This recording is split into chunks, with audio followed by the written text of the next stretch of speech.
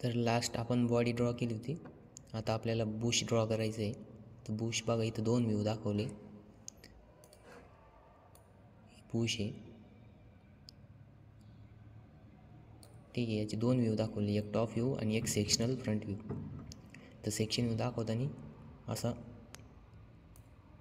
इथून एवढंच दाखवलेलं आहे, त्याच्यामुळे ते एकच बाजूला सेक्शन दिसतं आहे. आणि हा पार्ट जो कसा आहे बुश सर्क्युलर आहे, तर आपण तो रिव्हॉल्व कमांडने ड्रॉ करू. बघा, तर हा असा आपल्याला बुश ड्रॉ करायचा आहे. तर मग आता न्यू फाईल घ्यायची, न्यू फाईल, नंतर मॉडेलिंग मोड्यूलमध्ये जायचं. इथं मिलीमीटर, इथं नाव द्यायचं बुश,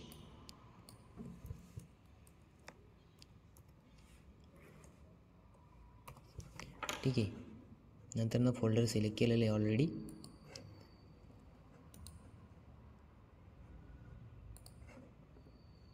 आणि इथं होममध्ये क्लिक करायचं. नंतर स्केचर, नंतर व्हर्टिकल प्लेन घ्या. व्हर्टिकल प्लेन नंतर बघा आता ड्रॉइंग ऑब्झर्व करा.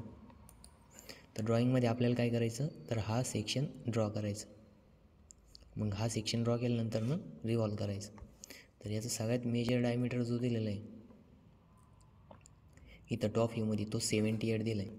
नंतर हाईट दिली बघा इथं 40 + 15 + 15 + 12, तर टोटल किती येईल मग ते 70 + 12. मग इथं काय करायचं, एक व्हर्टिकल लाईन ड्रॉ करायची. 40 + 15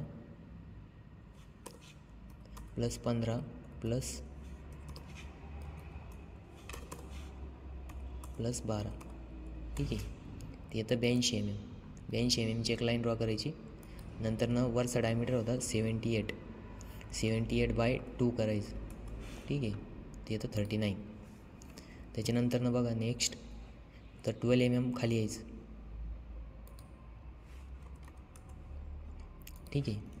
आता इथं बघा यांनी संग 8 mm विड्थ, तर तो बघा इथं बसणार आहे. आपण त्याचं की सारखं आहे ते आपण इथं काढलेलं आहे. कशामध्ये, फूट बेअरिंगमध्ये, सॉरी बॉडीमध्ये. तर ते बॉडीमध्ये ती 3 mm त्याची थिकनेस आहे आणि 8 mm त्याची विड्थ आहे आणि डेप्थ पण किती आहे 8 mm आहे, ठीक आहे. तर आपण ते ऑलरेडी ड्रॉ केलं आहे.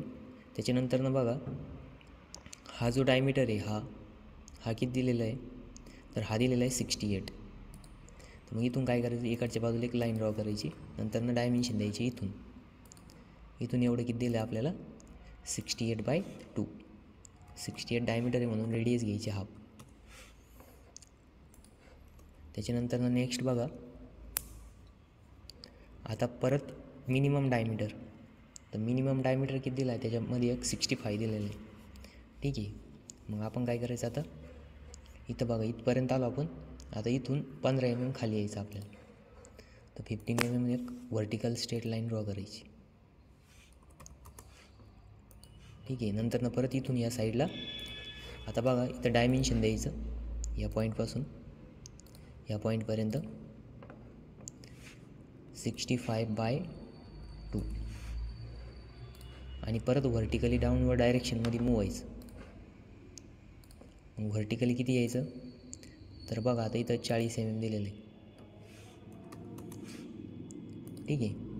परत काय करायचं, याच्या स्ट्रेटमध्ये इथपर्यंत लाईन ड्रॉ करायची. बघा तिथं कन्स्ट्रेंट ऑटोमॅटिक येतं. नंतर परत बॉटम साईडला 15पर्यंत जायचं आणि नंतर इथं हे जॉईन करायचं. बघा आता आपण हे ड्रॉ केलं, बट इथं आणखीन एक कमीत कमी डायमीटर दिलेलं आहे 50, म्हणजे ते इंटरनल होल आहे 50 mmचं. तर मग आपल्याला ते होल ड्रॉ करावं लागेल. होल ड्रॉ करताना काय, एक व्हर्टिकल लाईन ड्रॉ करायची आणि त्याची जे डायमेन्शन आहे ते ह्या पॉईंटपासून हे किती द्यायचं, तर 50/2, ठीक आहे. क्लोज. आता ही लाईन आपल्याला एक्सटेंड करायची. तिथे जायचं एक्सटेंड कमांडमध्ये, क्विक एक्सटेंड याच्यावरती क्लिक करायचं.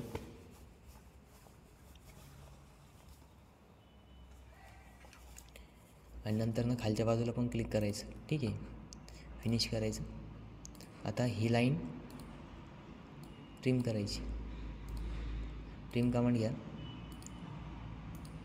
या लाईनचं पण काही गरज नाही. ठीक आहे. आता हे ड्रॉईंग फिनिश करायचं. नंतरनं रिवॉल्व कमांड याच्यावरती क्लिक करायचं.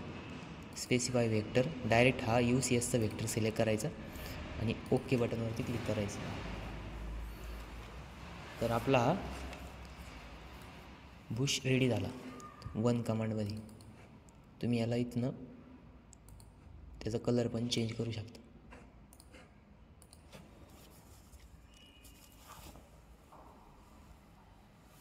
ठीक आहे. याला आपण रेड कलर देऊ आणि याला सेव्ह करायचं.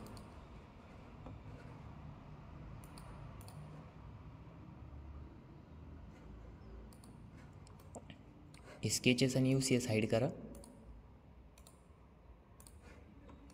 आणि तुम्ही याचं सेक्शन व्ह्यू पण बघू शकता. बघा इथं व्ह्यूजमध्ये जायचं, एडिट सेक्शन. बघा याचं सेक्शनल व्ह्यू जर बघितला तुम्ही तर तो असं दिसेल. टॉप व्ह्यूनी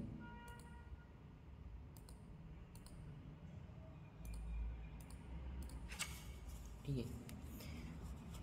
हा काय आहे सेक्शन व्ह्यू आहे.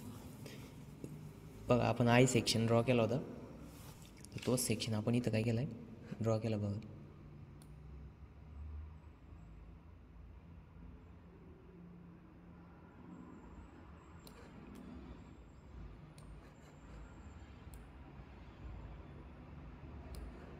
ठीक आहे. ह्याच्यात काही एवढं विशेष पार्ट नाही. हा सेक्शन म्हणजे हा सिमेट्रिक पार्ट आहे आणि सर्क्युलर आहे, त्याच्यामुळे याच्यात काही असं स्पेशल सेक्शन बघायची गरज नाही. ठीक आहे.